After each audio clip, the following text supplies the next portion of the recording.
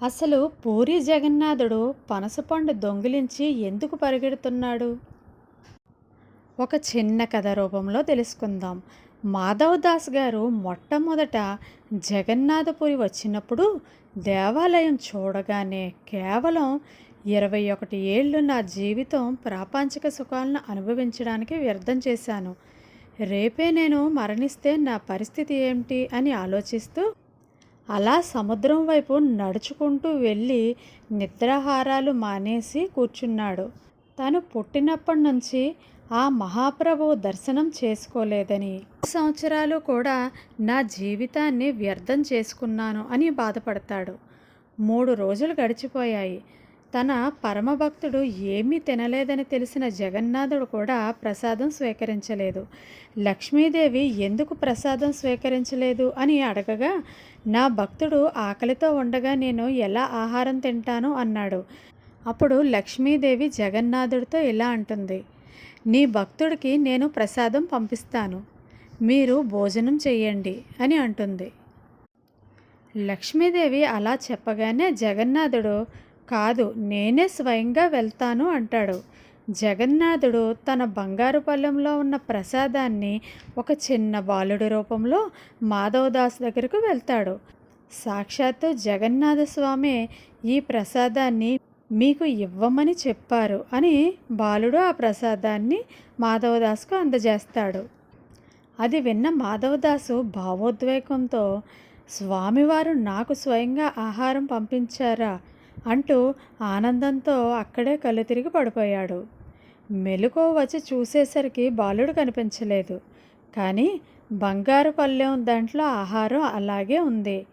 ఈలోపు గుడిలో అర్చకులు స్వామివారి బంగారు పళ్ళెం కనిపించలేదని వెతకసాగారు.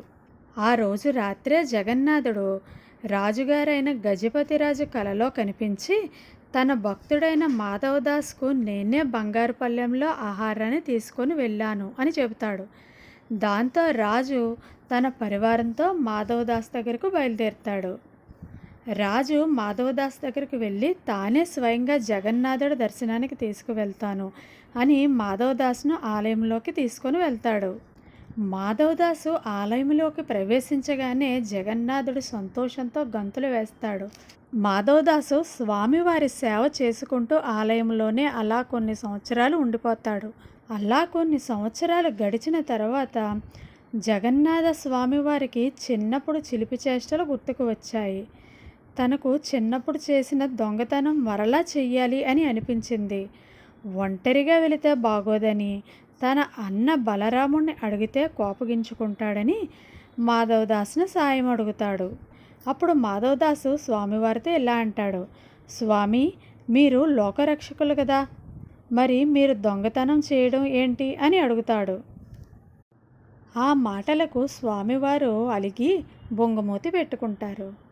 అప్పుడు మాధవదాసు స్వామివారితో ఇలా అంటాడు, పోనీ బలరాముడు సుభద్రలకు చెప్పవచ్చు కదా అని. మాధవదాసు అని అననంతనే, బలరాముడికి దొంగతనం అంటే అస్సలు ఇష్టం ఉండదు.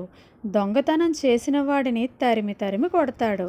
ఇక సుభద్రకి చెబితే, మా జగన్నాథుడు దొంగతనానికి వస్తున్నాడు అని అందరికీ చెప్పి సిద్ధంగా ఉండమని చెబుతుంది.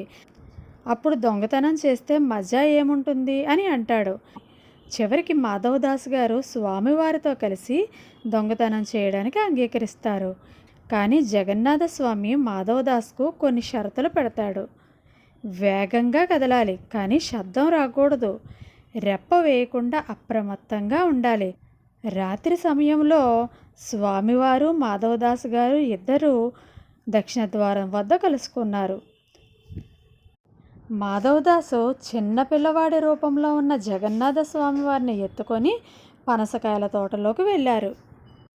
తోటలో మాధవదాసు స్వామివారితో గట్టిగా మాట్లాడడంతో తోటమాలి మేల్కొన్నాడు. తోటమాలి చూడకుండా వారిద్దరూ ఒక చోట దాక్కున్నారు. తోటమాలి మొత్తం తోటంతా వెతికి ఎవరూ కనిపించకపోవడంతో మరలా తిరిగి వెళ్ళిపోయాడు. తోటమాలి వెళ్ళిపోయిన తర్వాత మాధవదాసు చెట్టు ఎక్కి ఏ పండు కోయాలి అని గట్టిగా అడిగాడు.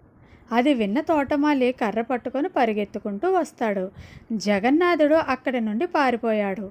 మాధవదాసు చెట్టు దిగి పరిగెడుతూ పారిపోతూ ఉండగా ఒక రాయి తగిలి అక్కడే పడిపోతాడు. తోటమాలి అతన్ని పట్టుకొని చెట్టుకి కట్టేస్తాడు. తెల్లవారగానే రాజు జరిగిన విషయం తెలుసుకొని అక్కడికి వస్తాడు. తన గురువుగారైన మాధవదాసు దొంగతనం చేయడం ఏమిటి అని ఆశ్చర్యపోతాడు. వెంటనే అతన్ని విడిపించి, నువ్వు దొంగతనం చేయడం ఏంటి స్వామి అని అడుగుతాడు. అప్పుడు మాధవదాసు చిరునవ్వుతో, జగన్నాథుడికి దొంగతనం చెయ్యాలి అని చిలిపి కోరిక పుట్టింది. దాంతో స్వామివారు ఆయనతో పాటు నన్ను కూడా తోటలోకి తీసుకుని వచ్చారు. ఆయన పారిపోయారు, నేను దొరికిపోయాను అని చెప్తాడు. ఇది విన్న రాజు పులకరించిపోయి ఆ తోట మొత్తాన్ని జగన్నాథుడికి రాసి ఇచ్చేస్తాడు. తరువాత మాధవదాసు స్వామిని కలిసి, మీరు పారిపోయారు, కానీ ఆ తోటనే నేను మీ పేరును రాయించి వచ్చాను అని చెబుతాడు. అది విన్న జగన్నాథస్వామి దొంగతనం సఫలం కాకపోయినా తోట తనదయ్యింది అని సంతోషిస్తాడు.